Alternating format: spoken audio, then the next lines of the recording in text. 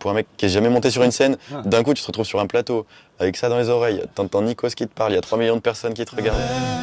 Éveillé, je veux pas que la nuit s'achève, je veux garder. On a un nouvel album là qui sort. Ouais, alors j'ai mon premier EP qui sort le 4 octobre, qui s'appelle Me Voilà. Bah, c'est vraiment une présentation, quoi. C'est vraiment, c'est mon premier projet et c'est vraiment une présentation publique en mode ok, ça c'est moi, c'est mes chansons et c'est ce que j'ai envie de faire. Donc me voilà. En fait, tu t'es aperçu que les gens ils te connaissaient peut-être pas assez. C'est ça que t'as eu quand même. Bah, en fait, c'est vrai que j'écris beaucoup de chansons d'amour et du coup là, je me suis forcé et j'ai fait tout ce travail-là de faire des chansons qui parlent de moi. Et je trouvais ça hyper important, mine de rien, parce que bah, c'est un peu la solution de facilité d'écrire des chansons d'amour, parce que c'est beau, tout le monde aime et tout. Mais non, d'écrire des chansons qui parlent de moi, c'était un gros taf. Ah ouais. Franchement, c'est hyper compliqué, parce que tu dois te faire une séance de psy à toi-même et tout mettre sur le papier. Ouais. Tu vois, donc c'est vraiment un gros taf, et ça a pris du temps, mais je suis assez content du résultat et d'avoir réussi à le faire. Et donc tu dis que écrire des chansons d'amour, pour toi, c'est facile, ça? Ouais, je trouve ça trop... Je trouve écrire des chansons d'amour, je peux en écrire des dizaines et des dizaines, et j'adore le faire. Et il y en aura encore, et je vais continuer à en faire, bien sûr. Oui, c'est marrant, ouais. Mais ouais, je trouve que c'est un thème, il y a tellement de choses à raconter que ça vient hyper naturellement. Et puis, t'as 10 000 histoires d'amour différentes possibles, et tout le monde l'interprète comme il veut et tout. Donc, je trouve ça trop cool, ce sujet. Ouais, donc là, c'est vrai que c'est un album hyper personnel. T'as jamais eu le syndrome de la page blanche, tu vois, de dire, putain, mais j'arrive pas à trouver ce que je veux dire. De ouf. Je l'ai beaucoup eu. Quand j'ai cherché à écrire. Et en fait, du coup, j'ai arrêté. Le jour où, quand ça vient pas, je me dis, ok, on fera plus tard. Et puis quand ça vient, tu t'y remets. Mais ouais, c'est vrai que de se forcer à écrire, c'est hyper compliqué parce que t'as pas toujours quelque chose à raconter au moment où tu veux le faire. Et des fois, ça fait flipper. J'étais en mode, ok, j'ai peut-être plus rien à raconter. Est-ce que, du coup, j'ai ma place? Alors qu'en fait, ouais, c'était juste pas le moment. Bah oui, il fallait prendre le temps de le faire. Ouais, carrément. Toi, c'est vrai que le confinement, il a été hyper bénéfique pour toi. C'est vraiment là que tout a accéléré. T'es soudé comme 10 doigts, je me sens bien avec. Rejoins-moi dehors, on fait les 400 coups. J'aime bien ta robe et j'aime bien ce que t'as en dessous. T'as décidé d'investir dans une guitare. Tu te souviens ou pas où tu l'as acheté cette Ouais. On était avec ma mère à Cultura pour aller acheter un livre pour les cours. Et tu sais, ils ont un rayon musique un peu genre guitare, piano, un peu tous les basiques. Et je sais pas, il s'est passé un truc quand j'ai vu la guitare, j'ai fait ok, il m'en faut une. Ah ouais. C'est un peu les lubies, tu sais, où t'as une passion qui dure 3 jours. En général, ça se passe comme ça. Tu t'investis de ouf dans tout ça, et au final, ça reste dans un coin. Bah là, ça s'est pas passé comme ça, et du coup, j'ai joué, continué à jouer, et tous les poèmes que j'écrivais depuis que j'étais petit se sont glissés sur la guitare. Donc pas de cours, c'était sur les tutos sur YouTube? Ouais, c'est des tutos, et puis je suis très mauvais guitariste. Hein. Ah oui. Genre vraiment, j'ai les accords. Je sais les faire, mais ça s'arrête là. Genre, je m'accompagne, quoi. J'arrive à écrire avec, mais j'arrive pas à faire vivre une chanson vraiment juste avec la guitare, quoi. Et pour la voix, en revanche, ça t'as travaillé avec quelqu'un ou... Non. Même pas? Non, ça s'est entendu d'ailleurs à des moments. Ouais.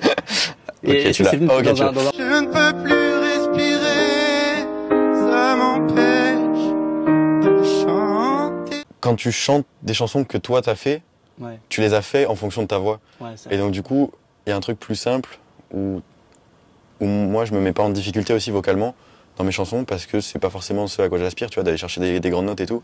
Je trouve ça trop cool les gens qui arrivent, mais moi sur mes chansons ça m'intéresse pas forcément. Et du coup, comme je les écris pour ma voix, en fait c'est assez simple d'être bien sur la chanson, quoi. Donc à ce moment-là, t'écris tes textes dans ta chambre, mais comment TF1 te repère à ce moment-là? Bah du coup, confinement, je commence à poster un peu sur TikTok comme tout le monde parce que beaucoup de temps à tuer. Et en fait, c'est même pas dans le confinement qui a été bénéfique pour moi, parce que pendant le confinement, je bossais. C'est juste que j'ai fait une crise d'appendicite pendant le confinement. Flemme de faire les choses comme tout le monde. Covid, c'est surfait, on se fait un petit appendicite.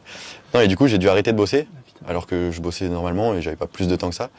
Et donc, du coup, je me suis retrouvé chez ma mère, faire de la guitare, et là, je me suis dit, ok, vas-y, tout le monde se met sur TikTok, je vais faire comme tout le monde, je vais passer le temps.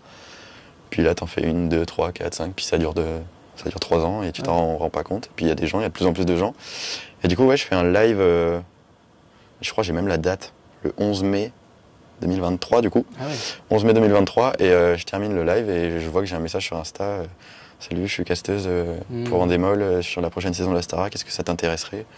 Moi j'étais en mode, je sais pas, ma vie est cool. La musique, ça me met pas de pression du coup. Enfin tu sais, c'était la facilité et la peur que ça marche pas, tu vois. Ouais. Genre d'être confronté parce que là c'était facile, je le faisais pour moi et c'était derrière un téléphone, des gens, s'ils étaient pas contents, c'était pareil. Tu vois. rêvais pas la Starac avant, tu t'es pas dit, wow, attends. Ah non, jamais de la vie, je savais même pas, c'est pour ça, je savais même pas que ça avait repris. Ah oui, c'est ça. Alors qu'il y avait eu la saison d'avant, Ah ouais. et je savais pas que ça avait repris. Et puis du coup, à force d'en parler à mon entourage et tout, ils m'ont dit, bah vas-y, essaye, Essaye. t'as pas grand chose à perdre, et du coup, bah, j'ai fini dans le château. Putain, messieurs, mesdames, ne partez pas. Mais qu'est-ce qu'il y a qui ne va pas? Je veux mener la vie d'artiste, moi. Ne plus être seul, ne plus être triste. Et justement, avant d'arriver là-bas, est-ce que tu avais déjà fait de la scène ou pas? Pas du tout. Non, pas J'avais du jamais tout. chanté devant des gens. J'ai pris un micro pour la première fois dans ma Ah ouais main pendant les castings, Ah oui. pour les auditions, tu vois. C'est donc, compliqué ou pas ça, apprendre à tenir un micro? Ouais, moi je suis. Vraiment, c'est très dur. Au début, je le tenais genre vraiment comme ça. C'est pas naturel en fait. J'étais super loin. Il était à 2 mètres de ma bouche. Je me faisais embrouiller par les ingés qui me disaient ouais, rapproche-le, on n'entend rien. Mais ouais, non, tout était nouveau. Tout était une découverte dans la musique pour moi. Et donc ouais, est-ce qu'il y a d'autres choses peut-être sur scène qu'on n'imagine peut-être pas, tu vois, mais qui sont compliquées aussi à faire? Bah déjà, j'ai découvert les ears. Donc c'est tous les retours que tu as directement dans les oreilles en fait. Où t'entends tes potes, où t'entends les musiciens, tu peux monter les trucs, descendre les trucs et tout. Ouais. Genre chaque partie sur scène peut être modifiée pour que t'entendes vraiment ce que t'as envie d'entendre. Et ça, genre, pour un mec qui est jamais monté sur une scène, d'un coup tu te retrouves sur un plateau, avec ça dans les oreilles, t'entends Nikos qui te parle, il y a 3 millions de personnes qui te regardent. C'est un peu énormément d'infos d'un coup, mais à la fois c'est incroyable de pouvoir découvrir la scène comme ça. Ouais, mais je sais pas qu'il y avait autant d'informations dans l'oreillette. Ah oui, si, c'est le bordel. Des fois, t'as même les techs qui te parlent et qui vont te dire, enfin, ils vont te donner une info dans les oreilles et pendant qu'il y a quelqu'un qui chante, tu vois. Et aujourd'hui, la scène, ça se voit que t'adores, non? Puis en prégoût, on t'a vu là faire quelques concerts là dernièrement. Ouais, grave. Son corps, pleurer 100 fois son visage. J'ai trouvé de l'or et même quelques étoiles en essuyant ses larmes. Autant au début, je pensais pas du tout apprécier la scène à ce point-là. Genre, j'aimais bien les interactions avec le public et tout. Mais là, on a fait un gros taf sur la dernière date avec un coach scénique.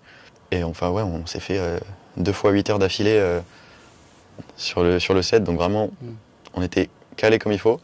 Et là, vraiment, je me suis rendu compte que je kiffais parce que j'étais à l'aise. En fait, le concert vit beaucoup plus. Ouais, c'est ça. Parce que j'avais tendance à me planquer derrière le pied de micro. Et non, du coup, gros kiff la scène. Et en fait, je crois que je préfère la scène au studio maintenant. Ah ouais, carrément, ouais. Enfin, c'est pas pareil, mais ouais, c'est quand même un gros kiff, la scène. Et donc, la Starac, vraie aventure humaine, t'as encore un groupe WhatsApp ou pas, peut-être avec les autres gens? Ouais, bien sûr, on a un groupe WhatsApp qui s'appelle Le Monde d'après. Ah ouais, ok. Où chaque semaine, le nouveau qui sortait était ajouté dans le groupe. Et ouais, on discute encore dessus. Après, c'est forcément dur de tous se voir en même temps et tout, parce que chacun a ses projets et chacun est à un bout de la France à un moment. Et donc, c'est très compliqué de se croiser tous en même temps. Mais il y a des petits groupes, on se croise, on arrive à faire des trucs et ça, c'est trop bien.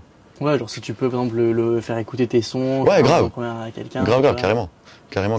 Des bons Non, ça fait un vrai soutien. Parce que mine de rien, on est très peu à comprendre ce que c'est de vivre ce truc d'enfermement et de bulle et tout. Alors, plus ou moins longtemps, selon les parcours, tu vois. Ouais, bien sûr. Mais du coup, c'est un vrai soutien parce que du coup, tu sais que quand t'en parles à quelqu'un, il a vécu la même chose, quoi. Et puis donc là, à Starac, tu fais un duo avec Grand Corps Malade. Est-ce que parfois tu t'as regardé le replay Est-ce qu'on retient les rêves si on voulait? Si on voulait. J'ai rêvé. Est-ce que c'était un rêve éveillé? Et j'ai regardé assez récemment, en fait, tous les replays. Genre, j'avais du mal à me voir à l'image. Et du coup, genre, j'ai pas regardé une seule quotidienne ou quoi. J'ai juste regardé les prestats des Prime. Et franchement, en vrai, c'était pas si mal au final. Non. Mais ouais, le duo avec Grand Corps Malade, c'était vraiment un vrai beau moment. Et justement, c'est vrai que t'es assez solitaire comme personne, tu l'as dit. Qu'est-ce que ça te fait de recevoir, tu vois, autant d'amour de la part des gens d'un coup? Bah, c'est assez bizarre, tu sais, tu te demandes si c'est vrai ou si juste c'est parce qu'il y a eu la télé et du coup c'est cool et puis c'est fini, tu vois. Mais à la fois c'est hyper galvanisant, tu vois, pour la suite. Ça motive dans les projets. Enfin, c'est un soutien qui est énorme aussi, le public, et puis c'est à eux qu'on s'adresse, tu vois, en chantant, donc c'est trop cool de voir qu'on est écouté. Et ça n'a jamais été trop d'un coup, genre trop de pression? Non, peut-être la première semaine après la sortie, tu vois, où vraiment tout arrive d'un coup, mais à la fois j'étais hyper accompagné avec mes proches et tout, donc tout s'est trop bien passé. Et aujourd'hui, là, ils sont fiers, du coup, ta famille? Ouais, grave. Au début, ils étaient... alors ma mère était toujours à fond, mon père était un peu flippé.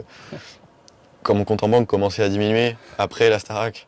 Parce que forcément, tu as une phase où tu sais pas, du coup, tu bosses un peu sur tes chansons, mais c'est pas encore ton métier. Et du coup, quand on était là en mode, ok, est-ce que ça va marcher? Puis après, du coup, c'est trop cool parce qu'on a eu le label qui m'a permis de pouvoir en faire mon métier. Donc là, maintenant, tout est un peu plus calé. Donc tout le monde est très serein et à fond derrière moi, donc c'est trop cool. Super. Donc d'accord, pas d'accord, t'aurais pu faire un autre métier que la musique? En vrai, d'accord. Parce que je faisais déjà un autre métier que la musique. Et en fait, j'aime juste faire de la musique. Ouais. Donc j'aurais très bien pu faire de la musique et un autre métier. Et là, j'ai la chance de pouvoir faire de la musique mon métier, donc ouais, d'accord. D'accord, pas d'accord, il y a plus de bons que de mauvais côtés dans la notoriété. À mon échelle, d'accord.